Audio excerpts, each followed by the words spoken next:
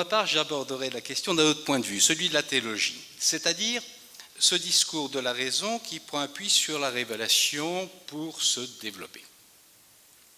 Alors, je suis un tout petit peu gêné de le faire à côté de celui qui est mon doyen de philosophie à l'IPC, mais c'est en théologie que je vais vous parler. Et je tâcherai de vous montrer comment l'anthropologie théologique, contenue essentiellement dans la Genèse, non seulement confirme, mais élève les conclusions de la philosophie naturelle en leur conférant une lumière plus haute.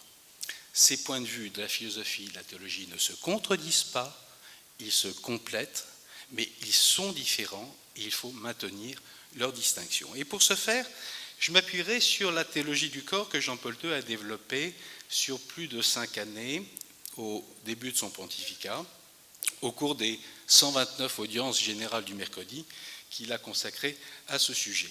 Audiences auxquelles il a lui-même donné le statut de catéchèse.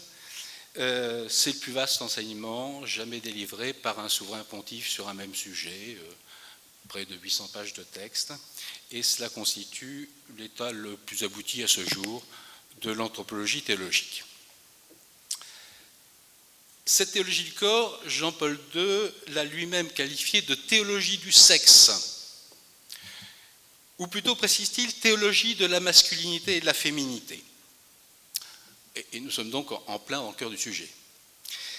Alors on pourrait objecter, et je rebondis sur la remarque que faisait doyen Boyancé tout à l'heure, on pourrait objecter que ce point de vue théologique, qui repose sur les données de la révélation, est s'emporter dans le cadre d'un débat public sur le gender, qui n'intéressera que les chrétiens et qui ne fera que confirmer la critique qu'on a vu surgir à l'envi dans la presse ces derniers temps à propos de la dialectique sur les manuels de SVT de première.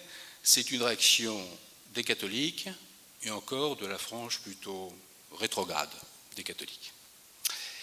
En réalité, ces perspectives évoquées par Jean-Paul II, notamment dans son ample et profond commentaire de la Genèse, par lequel il débute cette théologie du corps, même si elles réfèrent au contenu de la révélation, sont de nature à rejoindre les profondeurs du cœur de chaque homme et de chaque femme, quelles que soient ses options religieuses ou confessionnelles.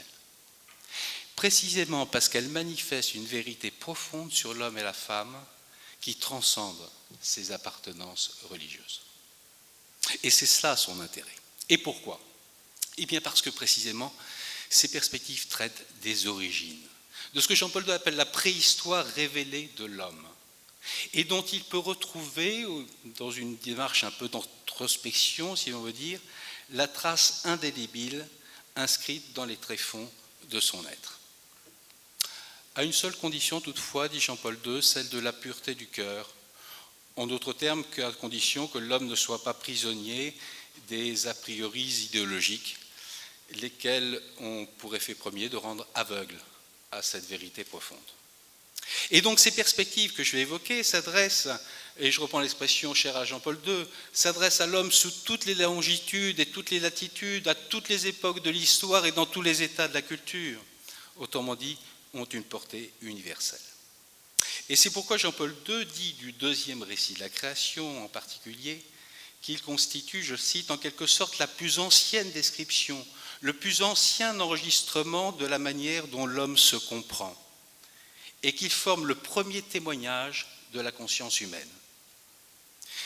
Et c'est pourquoi, poursuit-il, une réflexion approfondie sur ce texte permet d'y trouver en germe à peu près tous les éléments de l'analyse de l'homme auxquels est sensible l'anthropologie philosophique moderne et principalement contemporaine.